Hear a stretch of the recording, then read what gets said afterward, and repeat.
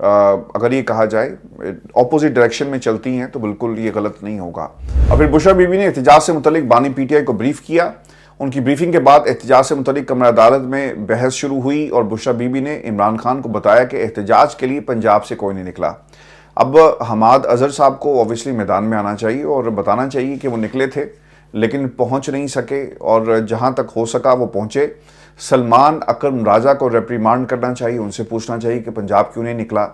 رکاوٹیں کھڑی کی گئی لیکن اس کے باوجود جو ہیں وہ لوگ کے پی کے سے آ گئے۔ اگر وہ مقابلہ کر سکتے تھے تو آپ پنجاب میں کیوں مقابلہ نہیں کر سکے؟ اور پنجاب کو موبلائز کرنا یہ ایک دن کا کام نہیں ہے سر، نہ یہ 2 دن کا کام ہے، نہ مہینے کا، نہ 2 مہینے کا۔ یہ کام آپ کو بہت پہلے شروع کرنا چاہیے تھا۔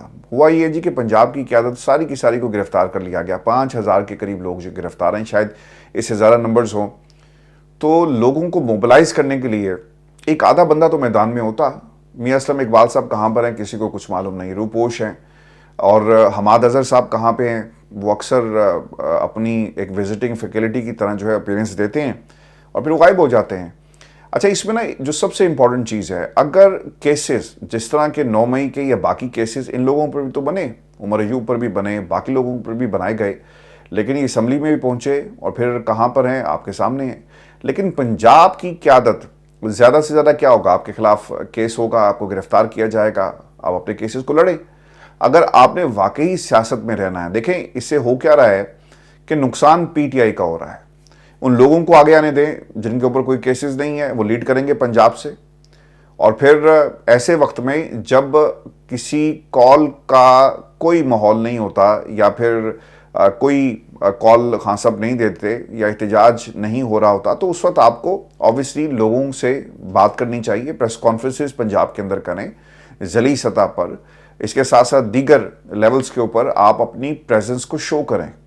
یہ نہیں ہو سکتا کہ آپ پریس کانفرنس کر رہے ہوں، 1 دفعہ کریں گے، 2 دفعہ کریں گے، 4 دفعہ کریں گے، الٹیمیٹلی آپ کو اپنی آواز عوام تک پہنچانے کا ضرور موقع ملے گا۔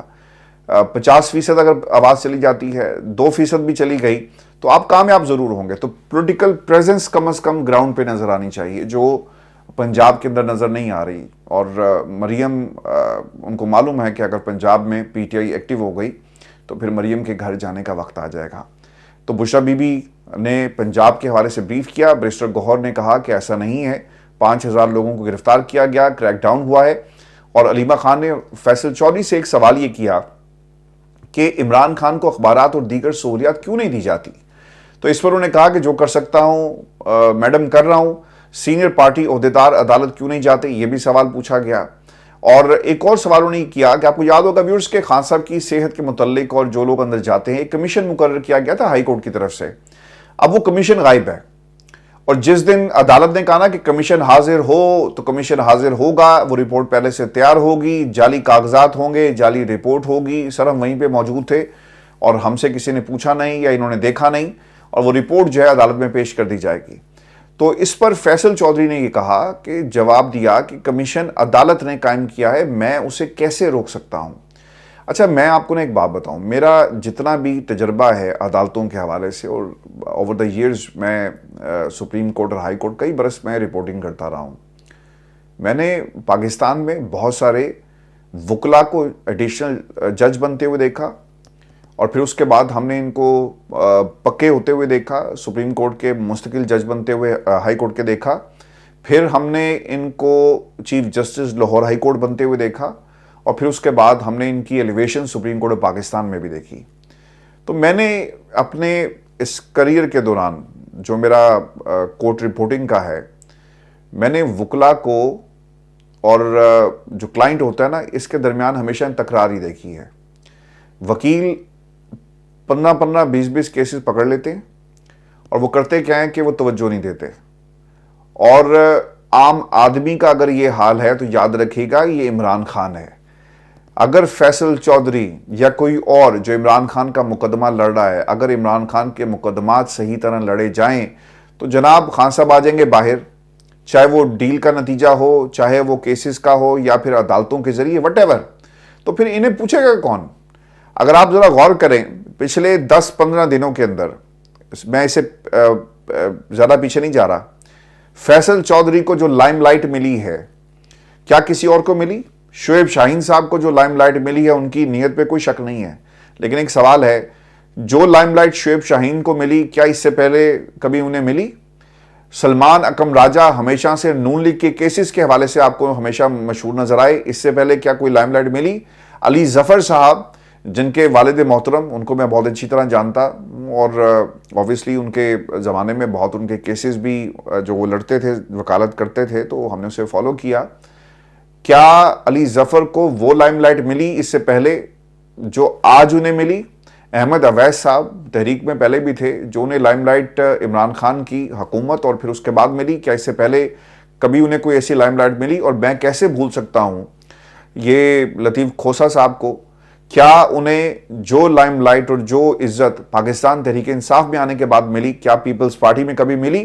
تو جناب یہاں پر مسئلہ ہے لائم لائٹ کا، یہاں پر مسئلہ ہے شام کے پرائم ٹائم کا، جہاں پر یہ لوگ بیٹھ کر اپنی دکانیں چمکاتے ہیں اور بڑا نام بنانے کی کوشش کرتے ہیں۔ جناب ہم بہت بڑے وکیل ہیں، اور یہ وہ نقطہ ہے، عام آدمی کے ساتھ جنگ کیا ہے کہ جناب پیسہ، اور اوبویسلی آپ اسے جو ہے وہ دھکا دیں گے اور وہ انتظار کی سولی پہ لٹکا ہوا ہے۔ اور یہاں پر وکلا اپنا کام پورا کیوں نہیں کر رہے کہ جناب یہ دکانیں پھر ان کی بند ہو جائیں گی؟ میں تو سر اس کو اسی نظر سے دیکھتا ہوں۔ آپ کیسی اس پوری سچویشن کو دیکھتے ہیں ضرور کمنٹ کیجئے گا، چونکہ وکیل کبھی بھی کیسز کو جس طرح لڑنا چاہیے ویسے لڑتے نہیں ہیں۔ مجھے آج بھی خان صاحب کے وہ الفاظ یاد ہیں، انہوں نے کہا تھا کہ یہ جو کھڑا ہے نا، یہ لطیف کھوسہ، یہ تیاری کر کے نہیں آتا، آ کر کھڑا ہو جاتا ہے۔ پاکستان میں کیس ہمیشہ آپ لڑتے ہیں، وکیل نے جا کر صرف وہاں پہ نا قانون اور آئین کی بات کرنی ہوتی ہے، تیاری آپ کرتے ہیں۔ اور اسی لیے خان صاحب نے، جو آپ کو یاد ہو اگر آپ مسلسل عمران خان کی جو ہیئرنگز ہیں اسے آپ سنتے ہیں، پڑھتے ہیں، دیکھتے ہیں، تو خان صاحب نے ایک جملہ کہا تھا کہ میں خود قانون کی کتابیں جو ہے وہ پڑھ رہا ہوں، اور اب میں قانون کو سمجھتا ہوں، اور اتنا سمجھتا ہوں جتنے میرے وکلا نہیں سمجھتے۔ تو خان صاحب نے اپنے کیسز کو خود تیار کیا، ایک دفعہ نہیں۔ آپ کو یاد ہوگا کہ جب یہ سائفر کا اور اس کے علاوہ دیگر جو مقدمات خان صاحب پر بنائے گئے، ان میں کچھ میں سزا بھی ہوگی اور پھر وہ سزا معطل ہوگی، تو خان صاحب خود تیاری کر کے جاتے ہیں، اور انہوں نے کہا متعدد دفعہ کہ مجھے ریکارڈ نہیں دے رہے، مجھے لائبریری کی ایکسیس نہیں ہے۔ تو خان صاحب کو بھی یہ بات سمجھ میں آ گئی کہ یار یہ جتنے لوگ میرے لیفٹ رائٹ ہیں، الیکشن سے پہلے آپ اٹھا کر دیکھ لیں کیا ہوتا رہا کہ خان صاحب آپ ہمیں ٹکٹ دے دیں، ہم آپ کے ساتھ کھڑے ہیں، بار آپ کے ساتھ کھڑی ہے، 500 وکلا میرے ساتھ ہیں، اور دیکھیں پھر ہم سڑکوں پر آئیں گے اور ان کی اینٹ سے اینٹ بجا دیں گے۔ میں نے تو خود اپنے کانوں سے باتیں سنی ہیں، لوگوں کو ٹکٹ مل گئی، اور لوگ جو ہیں اس کے بعد انہوں نے کیا کیا، صرف ان کا مقصد یہ تھا کہ وہ کسی طرح پہنچ جائیں۔ تو سر یہ لائم لائٹ کا چکر ہے، یہ شام کے پرائم ٹائم کا چکر ہے، اور یہ پرائم ٹائم جو ہے نا، یہ اپنی دکانیں کھول کر بیٹھے ہوئے ہیں۔ میں نے کئی لوگوں کو، کئی وکلا کو اپنی زندگی میں، جو میری صحافتی کریئر ہے اور جو خاص طور پہ کورٹ رپورٹنگ کا، میں نے کئی لوگوں کو جو ہے وہ اپنا نام ٹیلی ویژن کے ذریعے بناتے ہوئے دیکھا ہے۔ کیٹیگری دو ہوتی ہیں جی، ایک وکیل جو ٹی وی پہ نظر نہیں آتے، ایک وہ وکیل ہوتے ہیں جو آپ کو ٹی وی پر ہی نظر آتے ہیں، عدالتوں میں کم نظر آتے ہیں۔ تو یہ وہ لوگ ہیں جو ٹی وی پر آپ کو نظر آ رہے ہیں، عدالتوں میں کم نظر آتے ہیں۔ یہی وہ بات تھی جو علیمہ بی بی نے کہی، اور میں ان کی بات کو سیکنڈ کرتا ہوں کہ کیوں کمیشن کے حوالے سے رپورٹ پیش نہیں کی جاتی کہ یہ آ نہیں رہا، کہاں ہے کمیشن، کیوں زور نہیں ڈالا جاتا، اور کیوں نہیں کہا جاتا کہ خان صاحب کے اخبارات بند کر دیے گئے۔ آپ کو پتہ ہے کہ ہمارا کیا مسئلہ ہے، اور میں اس مسئلے کو ہمیشہ اٹھاتا رہا ہوں اور رہوں گا کہ یہ دیر کرتے ہیں۔ انہوں نے اتنی دیر کر دی کہ ابھی تک ایف آئی آر، اب یہ ایف آئی آر والا معاملہ کیا، یہ بھی میں آپ کو بتا دیتا ہوں۔ اور یہ ایف آئی آر میں کیا ہوا ہے بتایا جاتا ہے جی کہ ہم کوشش کر رہے ہیں اور انشاءاللہ بہت جلدی ایف آئی آر ہو جائے گی۔ ہم نے یہ باتیں سنی، میں نے پشاور میں 2-3 لوگوں سے کو فون کیا اور میں نے کہا کہ یار یہ کیوں دیر کر رہے ہیں، لوگ شہید ہو گئے، کس چیز کا انتظار ہے؟ وہ زرتاج گل نے اسے معاملہ جو تھا وہ قائمہ کمیٹی میں کہیں اٹھایا ہے، لیکن اس کے علاوہ کچھ نہیں ہے۔ آج خبر آئی ہے کے پی ہاؤس پر چھاپا، پختونخوا حکومت آئی جی اسلام آباد پر مقدمے کے اندراج سے پیچھے ہٹ گئی۔ یہ لیں جی، اور ذرائع کے مطابق کے پی حکومت آئی جی اسلام آباد کے خلاف ایف آئی آر درج نہیں کرے گی، اور آئی جی چیف سیکرٹری نے وزیر اعلیٰ کو مقدمہ نہ درج کرنے پر آمادہ کر لیا، اور حکومت مقدمے سے متعلق صوبائی کابینہ کے فیصلے پر عمل درآمد نہیں کرے گی۔ کابینہ نے آئی جی اسلام آباد اور 600 اہلکاروں پر کے پی میں مقدمہ درج کرنے کا فیصلہ کیا تھا۔ چیف سیکرٹری اور آئی جی نے قانونی پہلوؤں سے متعلق وزیر اعلیٰ کو آگاہ کیا اور بریفنگ میں بتایا کہ واقعہ جہاں ہوا وہاں پر ہی مقدمہ درج کیا جا سکتا ہے. اگر یہاں مقدمہ درج کیا گیا تو افسران کے خلاف مقدمات کے لیے اسے جواز بنایا جائے گا. ہمارے افسران کے خلاف دیگر صوبوں میں مقدمات درج ہوں گے اور مقدمہ اندراج پر وزیر داخلہ نے آئی جی کے پی کے سے رابطہ بھی کیا تھا اور ایڈوکیٹ جنرل نے بھی کے پی ہاؤس اسلام آباد میں پولیس چھاپے کے متعلق کابینہ کو آگاہ کیا. تو اب آپ کیا کریں گے؟ تو سر یہ پاکستان کے اندر جو کچھ ہو رہا ہے اس کی پوری کہانی میں آپ کے سامنے رکھ رہا ہوں. اگر آپ مجھ سے پوچھیں اور بلکہ اپنے دل پر ہاتھ رکھ کر اپنے آپ سے ہی پوچھیں کہ کیا آپ کو پاکستان تحریک انصاف کی سیکنڈ ٹیئر لیڈرشپ پر کسی قسم کا اعتماد ہے؟ مجھے تو نہیں ہے. کیا یہ وکلا عمران خان کو جیل سے باہر نکالنے میں کامیاب ہوں گے؟ سر میرا تو نہیں خیال کہ یہ وکلا جو ہے کبھی بھی کامیاب ہوں گے، کیونکہ دو چیزوں سے آپ لڑ رہے ہیں نا، ایک نالائکی سے لڑ رہے ہیں اور ایک دوسری طرف ڈنڈا ہے. نالائکی اور ڈنڈا، نالائکی آپ کی اپنی ہے اور ڈنڈا جو ہے وہ نکلنے نہیں دیتا. تو کم از کم آپ اتنے لائق تو ہوتے کہ اپنا کیس پراپرلی لڑ سکتے. دیر انہوں نے یہ کی کہ مقدمہ ابھی تک درج ہو جانا چاہیے تھا، ایف آئی آر کی درخواست دے دیتے، لیکن وہ بھی نہیں درج ہوئی. اور یہ خبریں جو ہے نا، یہ پی ٹی آئی کے اندر نا بہت سارے میرے جیسے لوگ نا تپے ہوئے بیٹھے ہوئے ہیں. میں تو خیر ایک حقائق آپ کے سامنے رکھتا ہوں، رپورٹنگ کرتا ہوں کہ جو اس وقت منظرنامہ ہے، لیکن پی ٹی آئی کے اندر سے یہ بہت ساری آوازیں اس وقت ہمیں سننے کو مل رہی ہیں. پھر ایک خبر اور بھی ہے اور یہ خبر بڑی انٹرسٹنگ ہے، اور اس خبر کے حوالے سے کہا یہ جا رہا ہے کہ خان صاحب کو کسی قسم کی آفر کروائی گئی. اور خان صاحب کو آفر کیا تھی کہ ہم آپ کو اڈیالہ جیل سے نکال کر ہم آپ کو پشاور منتقل کر دیں گے.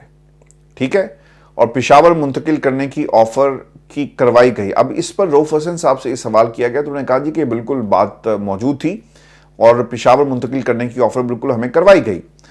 اور اس سٹیج کے اوپر میں آپ کو اس کی تفصیلات نہیں بتا سکتا، مگر معاملات جو ہیں خراب ہو جائیں گے. بس اتنا ہی کہہ سکتا ہوں کہ بالکل یہ بات میز پر موجود تھی اور بات یہی سے آگے بڑھے گی. اور دوسری طرف بیرسٹر عقیل نے بھی کہا کہ حکومت پی ٹی آئی سے مذاکرات کے لیے تیار ہے، کمیٹی قائم ہوگی، مذاکرات کے ٹرمز اور ریفرنسز طے ہوں گے، اسیروں کی رہائی بھی ممکن ہے، یہ لوگ اسیروں کی لسٹ تیار کریں، پھر بات آگے بڑھے گی. دیکھیں میں آپ کو ایک بات بتاؤں، پاکستان تحریک انصاف کو اب یہ فیصلہ کرنا ہے کہ آپ نے انسانوں سے بات کرنی ہے یا آپ نے فرشتوں سے بات کرنی ہے. اگر فرشتوں سے بات کرنی ہے تو پھر فرشتوں سے بات کریں، اگر انسانوں سے بات کرنی ہے اس پر بھی طے کر لیں. کیونکہ دیکھیں آپ کا جو ووٹر سپورٹر ہے نا، وہ کنفیوز ہے کہ ہم اسٹیبلشمنٹ سے بات نہیں کریں گے. آج کمیٹی بن گئی، 5 لوگ اس میں سے آ کر بیانات دے رہے ہیں، انسان نہیں فرشتے، انسانوں کی بستی میں اگر کوئی اس قابل ہے تو کر لو بات. جو یہ آج کی ہماری نشست تھی، اپنے کمنٹس ضرور بھیجیے گا، چینل کو سبسکرائب کرنا مت بھولیں. اجازت دیجیے، اللہ نے